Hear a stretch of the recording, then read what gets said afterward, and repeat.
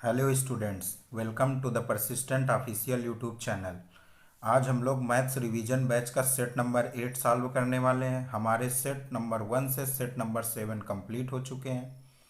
Set number 8 की PDF हमारे the Persistent official YouTube channel पर अपलोड कर दी गई है। इस वीडियो का सॉल्यूशन देखने से पहले आप लोग वहां से अपने आप से ट्राई करिएगा क्वेश्चंस का सॉल्व करना। इसके बाद आके यहाँ से आप लोग वीडियो सॉल्यूशन देखना। चलते हैं क्वेश्चन नंबर 1 के साथ। अगर a बराबर 0.84181818 डॉट डॉट तो a के निम्नतम भिन्न रूप के गणक और भाजक के बीच में अंतर कितना हो। a बराबर कितना दिया हुआ है, 0.841818 डॉट डॉट डॉट। तो इसको बार लगा के लिखते हैं। 0.84 18 रिपीट हो रहा है तो 18 के ऊपर बार लग जाएगा। अब हम इसको p/q के फॉर्म में लिखते हैं तो 8418 ऐसे ही लिख देते हैं, माइनस जितने के ऊपर बार नहीं लगा है उसको लिख देते हैं, 84 हो गया, अपॉन जितने के ऊपर बार लगा था उतने 9 कर देते हैं, तो 2 के ऊपर बार लगा था तो 2 9 हो गए, जितने के ऊपर बार नहीं लगा है उतने 0 कर देते हैं। इसकी वैल्यू कितनी आ जाएगी, a बराबर जब 8418 से 84 घटाएंगे तो आ जाएगा 8334 अपॉन 990। अब इसको कैंसिल करते हैं, 8 4 12 3 15 3 18 9 से कैंसिल हो जाएगा, 9 ने 81 9 दूना 18 9 छः 54, नीचे आ जाएगा 1100। निम्नतम भिन्न के रूप में जाना है तो इसको और अभी कैंसिल करेंगे, 2 से काटते हैं, 2 पंचे 10 2 चौको 8 तो 6 का 12 2 तिया 6 अपान 5 5 0। अब इससे ज़्यादा ये कटेगी नहीं तो 550 और 463 का डिफरेंस क्वेश्चन ने पूछा है। तो 10 में 3 गए 7 और 14 में 6 गए 8, 87 करेक्ट आंसर आ गया, एक 1 का बी। नेक्स्ट, 2500 लोग जिन्होंने एक फिल्म देखने के लिए टिकट खरीदे। कितने लोग हैं, 2500 लोग हैं। वे लोग जिनकी उम्र 25 साल से ज़्यादा है, हम लोग लिख लेते हैं 25 साल से ज़्यादा, ऐसे मार्क कर लिया। उन्होंने प्रति टिकट 75 रुपये का भुगतान किया, 75 रुपये को उन्होंने भुगतान किया। जिनकी उम्र 25 साल से कम है, 25 साल से कम, उन्होंने प्रत्येक टिकट के लिए 25 रुपये का भुगतान किया। अगर कुल एकत्रित राशि 1,50,300 रुपये, तो उन लोगों की संख्या का पता करें जिनकी उम्र 25 साल से ज़्यादा है। तो 25 साल से ज़्यादा वालों को हमने यक्स मान लिया क्योंकि यही क्वेश्चन ने पूछा था। 25 साल से ज़्यादा वाले यक्स हो गए। टोटल लोग कितने थे, 2500, तो इसमें 25 साल से कम वाले कितने हो जाएंगे, 2500 माइनस यक्स। अब क्वेश्चन ने बोला है वे लोग जिनकी उम्र 25 साल से ज़्यादा है, मतलब यक्स, उन्होंने प्रति टिकट 75 रुपये खर्च किए इंटू 75, प्लस जिनकी उम्र 25 साल से कम है, 25 साल से कम कितने हो गए, 2500 माइनस एक्स। अब उन्होंने प्रत्येक टिकट के लिए 25 रुपये का भुगतान किया है इंटू 25, बराबर कितने के है, टोटल धनराशि कितनी इकट्ठा हुई, 1,50,300 रुपये। 25 से कैंसिल करते हैं, 25 त्रिका 75, यहाँ से हट गया, 25 छंका 150 और 25 जीरो लगा दिया, 25 एकन्ना 25 बच्चा, 25 दुनाई 50, तो 3x माइनस एक्स प्लस 2500 बराबर 6012 के आ गया। घटाते हैं, 3x माइनस एक्स 2x आ गया, 2x की वैल्यू कितनी आएगी, 2 पे 0 गया 2 1, 10 में 5 गए 5 और 5 में 2 गया 3। x की वैल्यू यहाँ से मालूम चल जाएगी, 1 7 2 पंचे 10 2 6 का 12, 1756 एक्स की वैल्यू आ गई। और यक्स हम लोगों ने किसको माना था, जिनकी उम्र 25 साल से ज़्यादा है, तो 25 साल से ज़्यादा ही क्वेश्चन ने पूछा था, ए ऑप्शन अपना करेक्ट हो जाएगा, 1756। नेक्स्ट देखते हैं, बसप्पा गायों और मुर्गियों की निश्चित संख्या के साथ एक छोटी सी झोपड़ी में रहते हैं।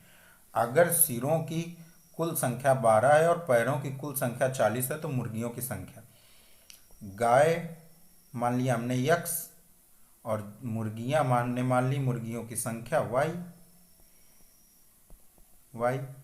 क्वेश्चन ने बोला है कि अगर सिरों की कुल संख्या 12 है तो गाय के भी एक सिर होता है, मुर्गी के भी एक सिर होता है, तो यक्स प्लस वाई की वैल्यू क्वेश्चन ने 12 दी है। पहली क्वेश्चन हमारी बन गई।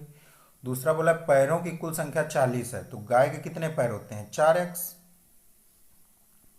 मुर्गियों के कितने पैर होते हैं? 2, 2y बराबर 40 के। सॉल्व करते हैं सॉरी, इस पे पहली वाली क्वेश्चन पे 4 का मल्टीप्लाई कर दें या 2 का मल्टीप्लाई कर दें तो y कट जाएगा। तो 2 का मल्टीप्लाई करते हैं 2x प्लस 2y बराबर 24। माइनस करते हैं, 2x की वैल्यू कितनी आ गई? 16, x की वैल्यू 8। x गाय हमें 8 मालूम चल गई, और क्वेश्चन ने भी पूछा था मुर्गियों की संख्या, क्वेश्चन ने पूछी है, तो गाय अगर 8 है तो मुर्गियां कितनी बची? 4, क्योंकि टोटल उनके 12 थे, x प्लस वाई बराबर 12 था, तो गाय 8 हो गए तो मुर्गियां 4 हो गई। 3 का डी।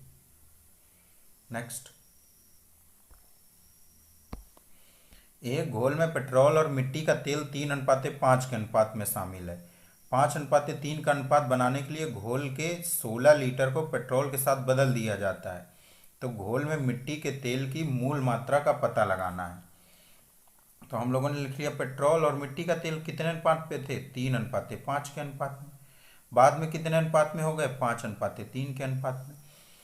क्वेश्चन ने बोला था 16 लीटर को पेट्रोल के साथ बदल दिया जाता है, तो मिट्टी का तेल अपना सेम रहेगा, तो हम लोग सेम बना लेते हैं। यहाँ पे 5 है, यहाँ पे 3 है, तो इसको सेम बना लेते हैं। इंटू 3 कर दिया, इंटू 5 कर दिया। अब रेशियो कितना आ गया? 9 और 15 का, 25 और 15 का। हमारे अकॉर्डिंग इसमें कितना का इंक्रीमेंट हुआ? 16 यूनिट का। और क्वेश्चन ने भी बोला था कि 16 लीटर मिलाया गया पेट्रोल, तो 1 यूनिट की वैल्यू 1 आ गई। अब क्वेश्चन ने क्या पूछा है? घोल में मिट्टी के तेल की मूल मात्रा का पता लगाना है। तो मूल हमारा 9 और 15 है, तो 9 लीटर पेट्रोल है और 15 लीटर मिट्टी का तेल हो गया, क्योंकि 1 यूनिट की वैल्यू 1 है। तो मिट्टी का तेल 9 लीटर हो गया, और पेट्रोल हो गया 9 लीटर, और मिट्टी का तेल हो गया 15 लीटर। 1 यूनिट की वैल्यू 1 थी। अब क्वेश्चन ने बोला था मूल मात्रा का पता लगाना है, तो हमारी मूल मात्रा नहीं आई, क्योंकि हम इससे पहले 16 लीटर निकाल चुके थे। तो 16 लीटर निकाले थे, तो 16 लीटर को इसमें हम लोग डाल देते हैं। तो 16 को 15/24 करेंगे, तब तो मिट्टी के तेल की मात्रा निकल के आएगी ना कि कितनी मिलेगी वहां पे जाके। 8 दुनाई 16, 8 त्रिक 24, 3/15, 5 दुनाई 10। तो मिट्टी का तेल प्लस 10 और हो जाएगा। टोटल वैल्यू कितनी आ गई? 25 लीटर। मूल जो अपना रेशियो रहा होगा पेट्रोल और मिट्टी का तेल का, उस पे 25 लीटर अपना मिट्टी का तेल रहा होगा। 4 का डी। नेक्स्ट, 5 नंबर, एक स्कूल में मैकेनिकल विभाग के A1, A2 और B1 अनुभागों में छात्रों की संख्या क्रमशः 72, 96 और 144 है। प्रत्येक कक्षा में छात्रों की संख्या बहुत ज़्यादा होने के कारण प्रधानाचार्य कमरों की संख्या बढ़ाना चाहते हैं। कमरे की कितनी न्यूनतम संख्या आवश्यक होगी? यदि हर कमरे में बैठे हुए छात्रों की संख्या समान हो और प्रत्येक कमरे में केवल एक ही अनुभाग से छात्र होने चाहिए। तो 72, 96 और 144 था।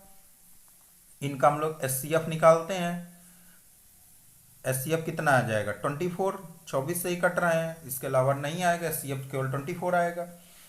अब देखते हैं न्यूनतम संख्या निकालनी है, कमरों की न्यूनतम संख्या निकालनी है, तो 72/24 करेंगे।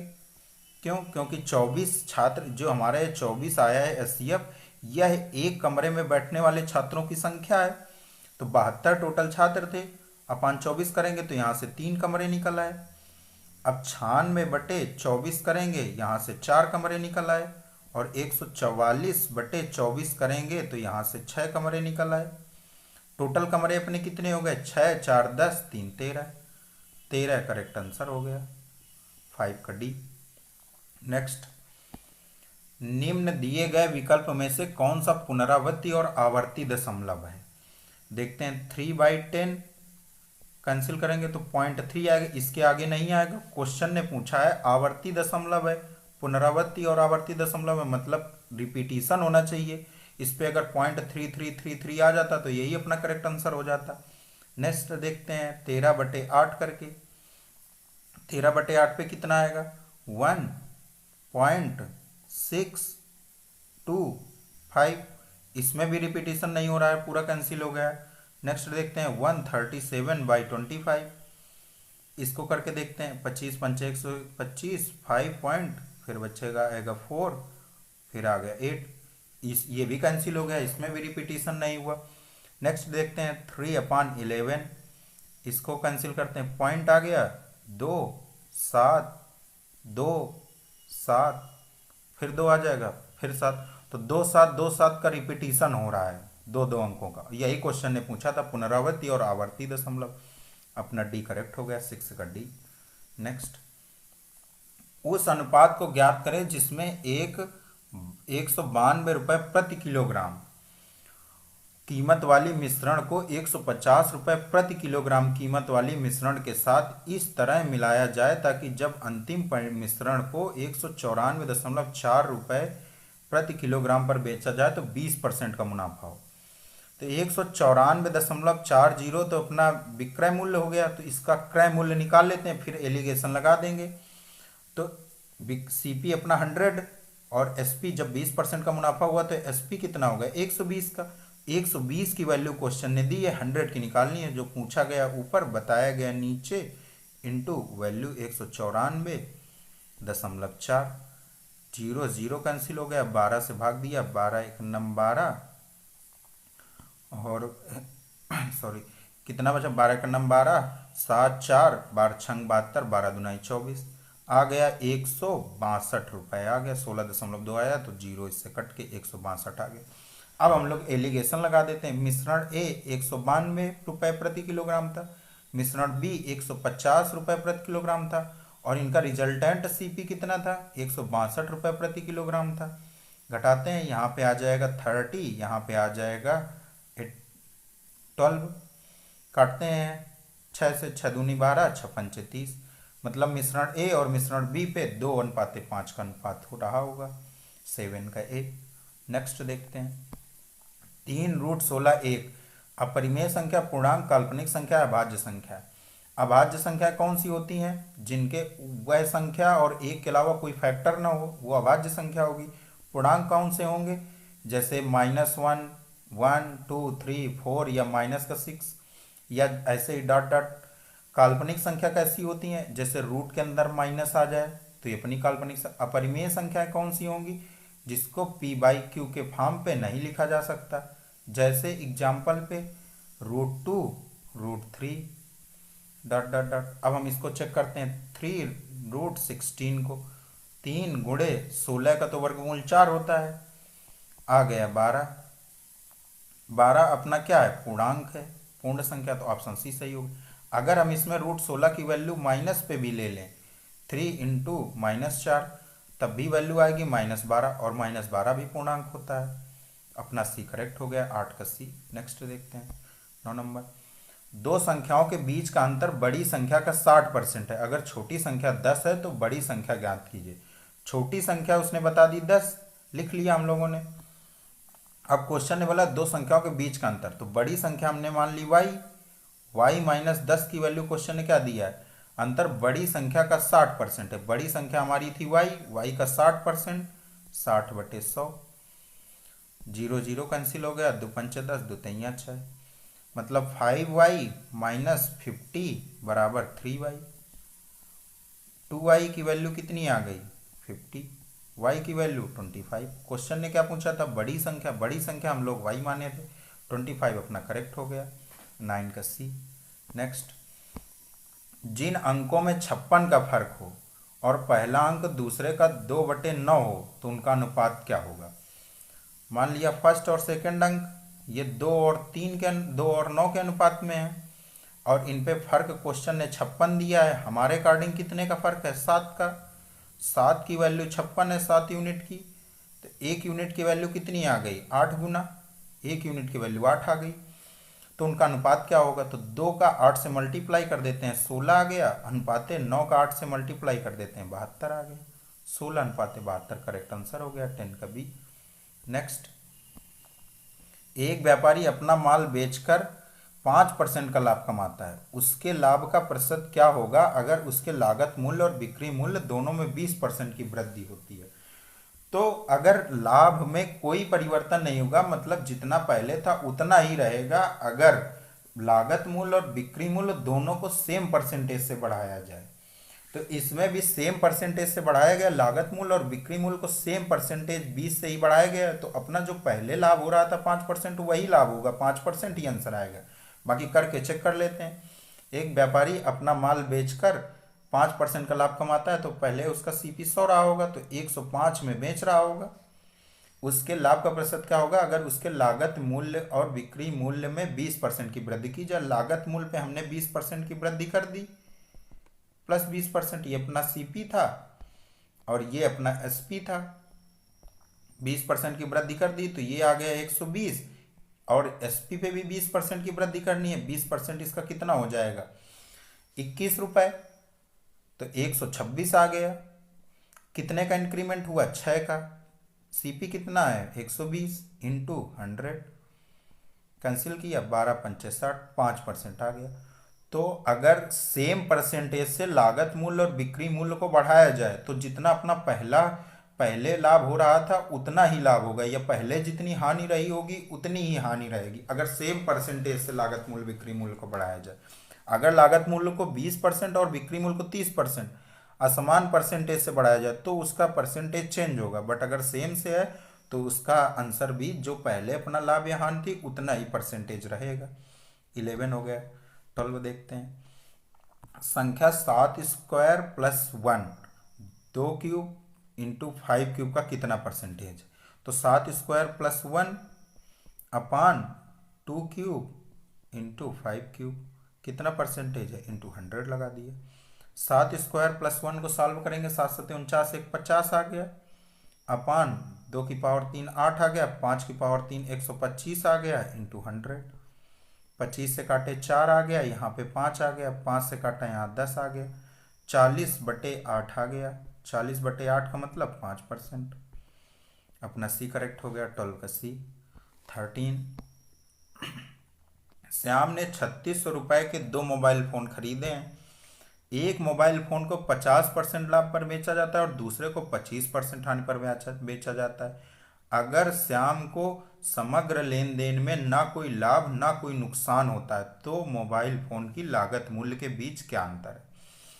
अगर उसे कोई लाभ और या कोई नुकसान नहीं हो रहा है, मतलब कि पहले का जो 50% है वही दूसरे के 25% के बराबर है, तभी तो उसे लाभ या हानि नहीं होगी। जैसे मान लिया पहले पे 100 रुपए का लाभ था और दूसरे पे 100 रुपए का नुकसान हो गया, तो एक्चुअल में तो वो उतने का ही बनाना जितने का सीपी का बेचा था, सीपी जितनी थी उतने ही एसपी हो गया। ऐसे देखते हैं तो फर्स्ट का 50% लाभ बराबर होगा सेकंड के 25% हानि के। देखते हैं अनुपात कितना आएगा। फर्स्ट अपान सेकंड, 25 से काटा 2, 1/2 आ गया। अब क्वेश्चन ने बोला था 3600 रुपये में 2 मोबाइल फोन खरीदे, मतलब 2 और 1 3 की वैल्यू क्वेश्चन ने 3600 दी है, तो 1 की वैल्यू कितनी आ गई? 1200 रुपये। अब क्वेश्चन ने पूछा है लागत मूल्य के बीच अंतर क्या है, तो 1 और 2 के बीच कितने डिफरेंस है? 1 का, और 1 यूनिट की वैल्यू 1200 आ गई, और 13 का डी करेक्ट हो गया। 1200 रुपये उनके बीच का अंतर रहा होगा। Next 14 number. तीन संख्याएं 12, 9 और 4 के अनुपात में, यदि उनका महत्तम समापवर्त 5 है और तो उनका लघुत्तम समापवर्त ज्ञात करना। संख्या हमने मान ली 12x, 9x और 4x। इन संख्याओं का हम लोग एचसीएफ निकालते हैं। एचसीएफ कितना आएगा? यक्स आएगा। एलसीएम निकालते हैं। एलसीएम में यक्स तो आएगा ही आएगा। 12, 9 और 4 का एलसीएम कितना होता है? 36। ये आ गया अपना एलसीएम। तो उनका क्वेश्चन ने बोला यदि उनका महत्तम समापवर्तक 5 है, यक्स की वैल्यू क्वेश्चन ने 5 दी है, तो यहाँ पे एलसीएम उसने पूछा, तो ये एलसीएम में 5 का हम लोग पुट कर देते हैं। एक्स की वैल्यू 5 लिखा इंटू 36, 36 पंचे 180, 180 अपना करेक्ट हो गया सी। 14 का सी। नेक्स्ट, कक्षा ए के छात्रों द्वारा प्राप्त औसत अंक 79 हैं, जबकि कक्षा बी के छात्रों द्वारा प्राप्त औसत अंक 89 हैं। अगर कक्षा ए में 38 छात्र हैं और कक्षा बी में 42 छात्र हैं तो सभी 80 छात्रों का औसत अंक ज्ञात करना। एलिगेशन से हम लोग सॉल्व करते हैं। ए और बी लिख लिया। ए में छात्रों का औसत अंक कितना है? 79 लिख दिया। बी के छात्रों द्वारा प्राप्त औसत अंक कितना है? 89 लिख दिया। अगर कक्षा ए में 38 छात्र हैं, नीचे हम लोग छात्रों की संख्या लिखते हैं तो यहाँ 38 लिख दिया, और कक्षा बी में छात्रों की संख्या 42 है, 42 लिख दिया। तो सभी 80 छात्रों का औसत, इसकी वैल्यू पूछी है रिजल्टेंट की। तो 38 और 42 को जब कैंसिल करेंगे तो 2 से, तो यहाँ पे 19 आ गए, यहाँ पे 21। अब एलिगेशन को यहाँ पे अगर रिजल्टेंट वाला निकालना होता तो हम लोग एलिगेशन को कैसे सॉल्व करते हैं, 4 वैल्यू दी है, रिजल्टेंट वाला निकालना है, तो कैसे सॉल्व करते हैं, 19 और 21 जोड़ते हैं, कितना आ गया 40। इस पे देखते हैं कि ए और बी पे डिफरेंस कितने का है 10 का। तो ए की वैल्यू कितनी आ गई 1/4, तो हम लोग 21 की वैल्यू निकाल लें। 21 की वैल्यू कितनी हो जाएगी 1/4 इंटू 21। 21 का अब इसमें भाग देते हैं, 4 पंचे 20, 4 दुनाई 8, 4 पंचे 20, 5.25। 21 वाले की वैल्यू आ गई, मतलब इसकी वैल्यू आ गई 5.25। अब 5.25 79 पे जोड़ते हैं, तो 5.25 जोड़ेंगे 79 पे, कितना आ जाएगा 84.25। 84.25 अपना करेक्ट आंसर ए हो जाएगा, 15 का ए। नेक्स्ट 16 नंबर, एक दुकानदार 300 रुपये में कुछ सामान खरीदता है। अगर ऊपरी व्यय उसके लागत मूल्य का 20% है तो 30% लाभ कमाने के लिए किस कीमत पर उसे बेचना चाहिए। दुकानदार 300 रुपये की कोई चीज़ खरीदा, उस पे उसका व्यय, जो उसका ऊपरी व्यय था वह लागत मूल्य का 20% है, मतलब लागत मूल्य का 20% है तो 120% हो जाएगा लागत मूल्य का, और 120% की फ्रैक्शन वैल्यू 6/5।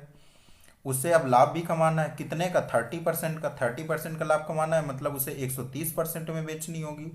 तो 130% की फ्रैक्शन वैल्यू लिख लें या 130/100 कर दें, यही अपना रिजल्टेंट जो आएगा वही उसे इतने पे बेचना होगा।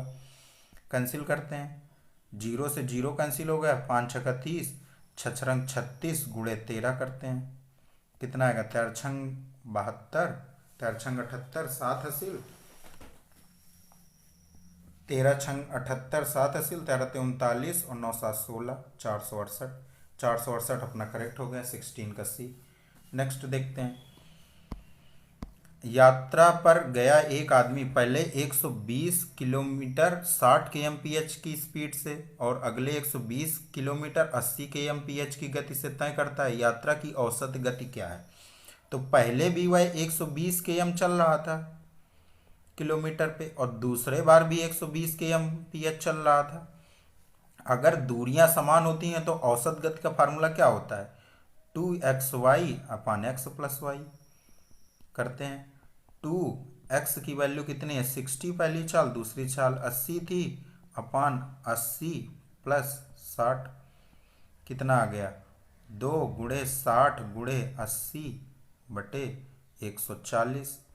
0 0 कैंसिल हो गया, 2 से 7 आ गया, यहाँ पे 4 आ गया, 4 छंग 24 दुनाई 48, 480 बटे 7, तो 7 छंग 42 और 7 छंग 42, 6 0 बचा, 7 56, 68 आ गया, 68 बी पे करेक्ट हो गया। अगर दूरियां समान ना होती तो हम लोग कैसे निकालते, टोटल डिस्टेंस ऊपर लिखते थे और अपान टोटल टाइम। तो अगर दूरी मान लो पहले यक्स होती और उसकी चाल हो गई 60, और दोबारा दूरी वाई होती, उसकी चाल हो गई 80, ऊपर टोटल डिस्टेंस कितनी लिखते x + y, ऐसे करते। अगर उससे समान दूरियां नहीं थी, अगर समान दूरियां हैं तो अपना सीधा फार्मूला लगा देंगे 2xy/x + y। तो ये हम लोग असमान दूरी पे लगाएंगे, ये हम लोग समान दूरी पे लगाएंगे। नेक्स्ट देखते हैं 18 नंबर, 2 3 5 6 9 8 7 में संख्या 5 के स्थानक मान और अंकित मान में क्या अंतर है। 2 3 5 6 9 8 7, इस स्थानक मान निकालते हैं तो इसकी वैल्यू 5 हो गई, इसके बाद जितने हैं उस पर 0 लिख देते हैं, 4 0 हैं, 4 0 लिख दिया। और उसका अंकित मान, 5 का अंकित मान कितना होता है 5, घटाया कितना आ गया, यहाँ पे आ गया 5, यहाँ पे आ गया 9 9 9 और 4, 49,995 करेक्ट आंसर आ गया, 18 का डी। नेक्स्ट देखते हैं 19 नंबर, अल्विन 10% लाभ पर बाप को एक कैलकुलेटर बेचता है, बाप 30% लाभ पर क्लार्क को बेचता है। यदि क्लार्क इसके लिए 2860 का भुगतान करता है तो उसकी कीमत पर अल्बिन किस कीमत पर खरीदा होगा ये निकालना है। तो हमने मान लिया अल्बिन ने x रुपए पे खरीदा होगा। ठीक, अब 10% का लाभ पर बाप को बेच दिया, तो 10% लाभ पर बेचा होगा तो कितने की फ्रैक्शन वैल्यू काम करेगी? 110%। 10% का लाभ होगा तब 110% में ही तो बेचेंगे हम लोग। 110 हो गया तो 110/100 कर दिया यक्स का, इंटू अब बाब ने 30% लाभ पर क्लार्क को बेचा है तो 130% हो जाएगा यक्स का। फिर हम 130% कर दें, 130/100। अब इसको सॉल्व करेंगे और इसकी वैल्यू क्वेश्चन ने दी है, क्लार्क इसके लिए 2860 रुपये का भुगतान करता है। इसकी वैल्यू क्वेश्चन ने 2860 दी है। सॉल्व करते हैं, 0 0 कैंसिल हो गया, 0 0 कैंसिल हो गया, 11 दूनी 22, 11 छक्का 66, 260 आ गया। 13 से काटेंगे, ये आ गया 20। एक्स की वैल्यू कितनी आ गई? 2000 रुपये। 2000 रुपये में अल्बिन ने इसे खरीदा होगा। 19 का बी करेक्ट हो गया। नेक्स्ट देखते हैं 20 नंबर। एक तीरंदाज सटीकता के एक निश्चित प्रतिशत पर लक्ष्य को भेज सकता है। अगर मौसम तूफानी हो जाता है तो उसकी सटीकता 20% से कम हो जाती है। अगर वह तूफानी मौसम में 350-60 में से 196 बार लक्ष्य को भेज सकता है, तो समान परिस्थितियों में 250-60 में लक्ष्य को भेजने की उसकी मारक दर क्या है? तो पहले हम लोग तूफानी मौसम में उसका परसेंटेज निकाल लेते हैं। तो 196 बार उसने हिट किया है और 350 टोटल उसने शॉट लिए हैं। इसका परसेंटेज निकाल लेते हैं। 0 0 कैंसिल हो गया, 5 7 35, 5 दूनी 10, 7 दूनी 14, 7 8 56, मतलब 56% वह तूफानी मौसम में अपने शॉट हिट कर रहा होगा।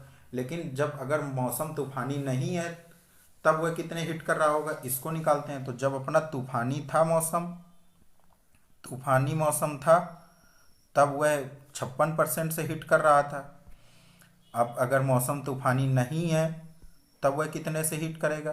क्वेश्चन ने बोला था कि 20% से कम हो जाती है, तो अगर ये तूफानी नहीं है वह 100% रहा होगा, तो जो तूफानी है उसमें 80% हो जाएगा। तो 80% की वैल्यू 56 दी है, तो हम 100% की वैल्यू निकाल लें। जो पूछा गया ऊपर लिख लिया, 100 की वैल्यू पूछी गई है, 80 की वैल्यू दी है क्वेश्चन ने, 56%। कैंसिल करते हैं, 8 7 56, 70% आ जाएगा। मतलब वह गैर तूफानी मौसम में 70% अपने शॉट हिट कर रहा होगा। क्वेश्चन ने पूछा 250-60 में से लक्ष्य को भेदने की उसकी मारक दर क्या है? तो 250-60 उसे लेने हैं और 70% उसके सटीक बैठते हैं, तो 250 का 70% कर देते हैं। 0 0 0 0 कैंसिल होगा, 25 7 175, 175 60 वह लक्ष्य में मारेगा। ऑप्शन बी करेक्ट हो गया, 20 का बी। नेक्स्ट देखते हैं 21 नंबर। तीन संख्याओं में ए बी और सी के संबंध में ए बी का 1/3 है। ए बी का 1/3 लिख लिया और बी सी का 2/5 है। बी सी का 2/5 है। यहाँ पे b की वैल्यू कितनी है? 3 है। यहाँ पे b की वैल्यू 2 है। तो इनको हम लोग बराबर कर लेते हैं। तो इस पे 2 का मल्टीप्लाई कर दें, 2/6 हो जाएगा। इस पे 3 का मल्टीप्लाई कर दें, 6/15 हो जाएगा। अब हमारे b और b दोनों के बराबर हो गए। तो अब हमें रेशियो पता चल गया है a b और c का 2 6 और 15 का है। अब क्वेश्चन ने बोला है और ए बी सी का योग 46 है। हमारे अकॉर्डिंग ए बी और सी का योग कितना है? 15 6 21 2 23। 23 की वैल्यू क्वेश्चन ने 46 दी है, तो एक की वैल्यू कितनी आ गई? 2। क्वेश्चन ने पूछा सी और ए के बीच का अंतर ज्ञात करना है। सी और ए के बीच का अंतर कितने का है? 13 रुपये का, 13 यूनिट का। तो 1 यूनिट की वैल्यू 2 है, तो 13 यूनिट की वैल्यू 13 × 2 26। करेक्ट अपना बी हो गया, 21 का बी। Next 22 number. 11 से विभाजित होने वाली सबसे छोटी 4 अंकों वाली संख्या के अंकों के योग और 13 से विभाजित होने वाली सबसे छोटी 4 अंकों वाली संख्या के अंकों का योग का गुणनफल कितना होगा? तो 7 11 और 13 तीनों से विभाजित होने वाली सबसे छोटी संख्या कौन सी होती है? 1001। यह 11 से भी विभाजित होगी और 13 से भी विभाजित होगी, लेकिन क्वेश्चन ने बोला है 4 अंकों की, तो हमारी 1001 4 अंकों की संख्या है और यह सबसे छोटी संख्या है। तो 11 से विभाजित होने वाली 1001 आ गया। अब 1001 के अंकों का योग करते हैं, 1 और 1 2 आ गया। फिर 13 से भी ये विभाजित होगी, तो इसका अंकों का योग कितना होगा, 1 और 1 2। और यही क्वेश्चन ने इनका गुणनफल पूछा था, 2 इंटू 2 4 आ गया। करेक्ट आंसर अपना सी हो गया, 22 का सी। नेक्स्ट, अहमद ने 1440 रुपये 5% वार्षिक दर से तथा 1650 रुपये 4% वार्षिक दर से उधार लिए, तो 3 वर्ष बाद उसे कुल कितना ब्याज देना पड़ेगा। PRT बाई 100 से करते हैं। तो पहले P अपना कितना था, प्रिंसिपल 1440, फिर 5% की रेट थी, टाइम था 3 साल का, अपॉन 100 कर दिया, प्लस फिर 1650 रुपये थे, प्रिंसिपल लिख दिया, इंटू दर कितनी थी 4% की, टाइम कितना था 3, अपॉन 100 कर दिया। कैंसिल करते हैं, 5 दूनाई 10, 2 से काटा यहाँ पे 72 आ गया, 72 तरीका कितना होता है, 3 दूनाई 6, 7 तरीके का 216। इसको कैंसिल करते हैं, 5 से काटेंगे, 5 3 15, 5 3 15, 5 से काटा यहाँ पे 2 आ गया, 2 से काटा यहाँ पे 2 आ गया, 3 दूनाई 6, 6 18, 1 हासिल, 6 18 1 19, 216 और 198 रुपये दोनों से मिला होगा, तो इसका योग कर लेते हैं। 8 से 14 1 हासिल, 9 1 10 11 1 हासिल, 2 1 3 1 4, 414 रुपये उसे टोटल ब्याज के रूप में देने पड़ेंगे। 23 का ए सही हो गया। नेक्स्ट 24 नंबर, अब से 8 वर्ष बाद सीता 6 वर्ष पहले की अपनी आयु की दोगुनी उम्र की होगी, उसकी वर्तमान आयु कितनी। उसकी वर्तमान आयु पूछी गई थी, माना सीमा की वर्तमान आयु यक्स है, ये वर्तमान आयु हमने मान ली यक्स है। अब क्वेश्चन ने बोला अब से 8 वर्ष बाद यक्स, अगर सीता अभी यक्स साल की है तो 8 वर्ष बाद यक्स प्लस 8 साल की हो जाएगी। 8 वर्ष बाद सीता 6 वर्ष पहले की अपनी आयु, 6 वर्ष पहले, अब अगर यक्स की है तो 6 वर्ष पहले यक्स माइनस 6 हो जाएगी। 6 वर्ष पहले की अपनी आयु की दोगुनी उम्र की थी, इंटू 2 कर दिया बराबर। अब ये अपना सेटिस्फाई हो गया। पढ़िए, अब से 8 वर्ष बाद सीता 6 वर्ष पहले की अपनी आयु की दोगुनी उम्र की थी, ये देखिए सेटिस्फाई हो गया। यक्स प्लस 8 बराबर 2x माइनस 12 आ गया। x की वैल्यू कितनी आ गई, 12 8 20, x की वैल्यू 20 साल पता चल गई। और क्वेश्चन ने भी पूछा था वर्तमान आयु, वर्तमान आयु हम लोगों ने लेट किया था x, तो x की वैल्यू 20 आ गई, 24 का डी। नेक्स्ट देखते हैं, हरी एक काम का 20% हिस्सा 5 दिनों में कर सकता है, इस काम से 20 गुना बड़ा काम करने में उसे कितने दिन लगे। हरी किसी काम को का 25% हिस्सा कितने दिनों में करता है, 5 दिनों में। तो काम तो अपना 100% होता है ना, तो 100% कितने दिनों में करेगा, 25 चौको 100, 5 चौको 20, 20 दिनों में पूरा करेगा, 20 दिनों में। लेकिन क्वेश्चन ने बोला ऐसे ही 20 और काम करने हैं, 20 गुना बड़ा काम करना है, तो 20 गुना और बड़ा काम कराने के लिए जितने दिन लगेंगे उतने पे 20 का मल्टीप्लाई कर देंगे, आ गया 400। 400 दिन उसे लगेंगे उतने का 20 गुना काम पूरा करने में, 25 का ए हो गया। नेक्स्ट 26, 2400 रुपये में पावर बैंक को बेचकर एक आदमी 20% का नुकसान उठाता है, 10% का लाभ कमाने के लिए उसे पावर बैंक को किस कीमत पर बेचना होगा। अगर अपना CP हमने 100 मान लिया, अगर 20% का नुकसान उठाता था तो 80 में बेचता रहा होगा पहले। अब क्वेश्चन ने बोला है उसे 10% का लाभ कमाना है, तो अब उसे कितने में बेचना पड़ेगा, 110 में। लेकिन क्वेश्चन ने बोला है 2400 रुपये में पावर बैंक को बेचकर, मतलब 80 की वैल्यू क्वेश्चन ने 2400 दी है, कितने गुना है, 30 गुना। तो 110 की वैल्यू क्वेश्चन ने पूछी है, कितने पर बेचना चाहिए ताकि 10% का लाभ हो, तो 30 गुना, 110 को भी 30 गुना कर देंगे, 11 3300 रुपये अपना करेक्ट आंसर आ गया, 26 का ए। 27 नंबर देखते हैं, मेरे सफ़र का शुरुआती हिस्सा मैंने 40 किलोमीटर प्रति घंटे की रफ्तार से तथा दूसरा हिस्सा 60 किलोमीटर प्रति घंटे की रफ्तार से तय किया और 240 किलोमीटर की कुल दूरी 5 घंटों में तय की। मेरे सफ़र का शुरुआती हिस्सा कितने समय का था। हम लोग एलिगेशन से इसको सॉल्व करते हैं, तो अगर हम लोग स्पीड पे एलिगेशन लगाएंगे तो अपना टाइम निकल आएगा। स्पीड पे एलिगेशन लगाया तो अपना टाइम निकल आया एलिगेशन। तो स्पीड पहले कितनी थी, 40 kmph की, और दूसरी स्पीड कितनी थी, 60 kmph की। और क्वेश्चन ने बोला कि 240 किलोमीटर की कुल दूरी 5 घंटे में तय करता है, तो 240 बटे 5 करेंगे कितना आएगा, 5 को 20, 5 40, 48 उसकी रिजल्टेंट आ गई स्पीड। अब इनका हम लोग एलिगेशन लगाते हैं। यहाँ पे कितना आएगा 8, यहाँ पे आएगा 12, मतलब 3 और 2 के रेशियो में उनको टाइम लगा होगा। ये अपना टाइम का रेशियो आ गया। अब क्वेश्चन ने बोला मेरे सफ़र का शुरुआती हिस्सा कितने समय का था। तो शुरुआती 40 किलोमीटर पर आवर की स्पीड से करते थे, ये अपना शुरुआती था, और टोटल उसे 5 घंटे लगे हैं। तो 3 और 2 के अनुपात में 5 को बांट दो, तो पहले 3 घंटे लगे होंगे, बाद में 2 घंटे लगे होंगे। शुरुआती समय पूछा था, तो 3 करेक्ट आंसर हो गया अपना 27 का सी। नेक्स्ट 28 नंबर, एक मेज के अंकित मूल्य के 70% कीमत पर बिक्री करके एक व्यापारी 10% का नुकसान उठाता है। अगर व्यापारी अंकित मूल्य के 95% पर मेज को बेचता है तो उसका लाभ प्रतिशत क्या होगा। हमने मान लिया अंकित मूल्य 100 रुपये, ये हमने एमपी अपना लेट कर लिया।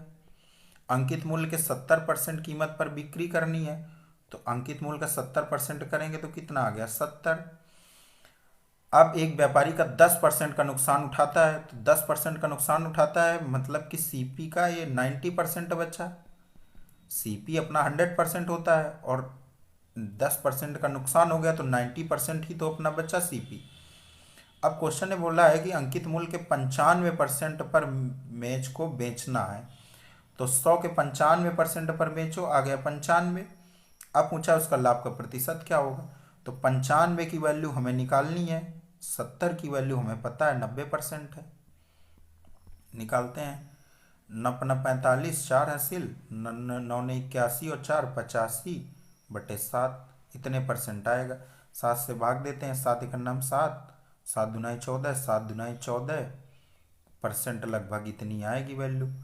तो 100% तो अपना सीपी होता है, और 100% से कितना ज़्यादा है 22%, मतलब 22% को उसको लाभ होगा 95% पर बेचने पर।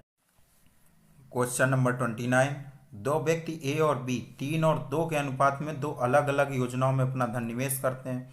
ए और बी अपने धन को 3 साल के लिए ब्याज दर पर 10% प्रतिवर्ष के हिसाब से साधारण ब्याज और चक्रवृद्धि ब्याज, मतलब ए साधारण ब्याज पर और बी चक्रवृद्धि ब्याज पर निवेश करता है। यदि निवेश किया गया कुल धन 10,000 रुपये, तो निवेश किया गया कुल धन 10,000 था। ए और बी पे रेशियो में पता है 3 और 2 का है, तो 3 और 2 5 की वैल्यू 10,000 हो गई, तो 3 की वैल्यू कितनी आ गई 6,000। ए हमें मालूम चल गया 6,000 निवेश कर रहा होगा। बी 2 की वैल्यू 2 गुना, तो 4,000 यहाँ से आ गया। ए 6,000 निवेश कर रहा होगा, बी 4,000 निवेश कर रहा होगा। अब क्वेश्चन ने बोला है ए 3 साल के लिए 10% की साधारण ब्याज पर, तो 1 साल के लिए 10% है, तो 3 साल के लिए 30% हो जाएगा। तो इसका 30% अपना एस आई आ गया, क्योंकि ए एस आई पे वर्क कर रहा था, बी सी आई पे वर्क कर रहा था। तो 30% इसका एस आई आ गया, तो 1800 रुपये हमें एस आई के रूप में ए से मिल गए। अब बी पे 30% का 30% नहीं लगेगा यहाँ पे, क्योंकि 3 साल के लिए प्रतिवर्ष चक्रवृद्धि ब्याज है। तो साधारण ब्याज तो अपना 30% आ गया, लेकिन चक्रवृद्धि ब्याज नहीं आएगा, क्योंकि उसमें ब्याज पे ब्याज मिलता है। तो पहले साल के लिए 10% पे 10% ही सी आई होता है पहले साल के लिए, दूसरे साल के लिए 21% होता है, तीसरे साल के लिए 33.1% होता है। ये आपको याद होना चाहिए। तो इसका 33.1% निकाल लेते हैं। 4 1 आ गया, 4 3 12, 1 आ गया, 4 3 12 13, मतलब 1324 रुपये उसके आ गया सी आई के रूप में।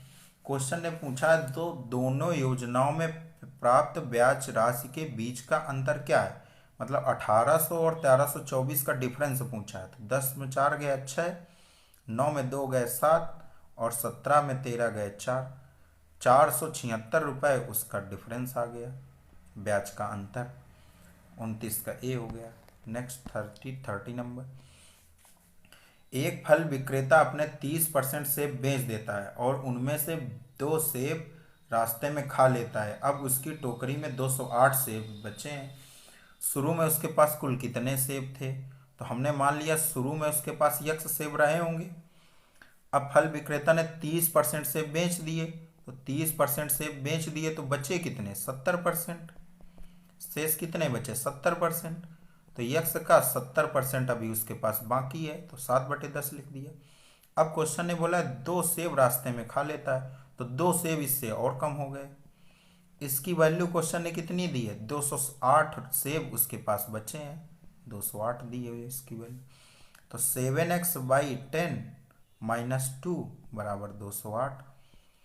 तो 7x/10 बराबर 210। 7 त्रिक 21। x की वैल्यू कितनी आ गई, 300। उसके पास 300 सेब रहे होंगे। शुरुआत में 30 का ए हो गया। नेक्स्ट, चलिए ये अपना सेट नंबर 8 कंप्लीट हो गया। हमारे आज से 1 से 8 तक सेट कंप्लीट हो चुके हैं।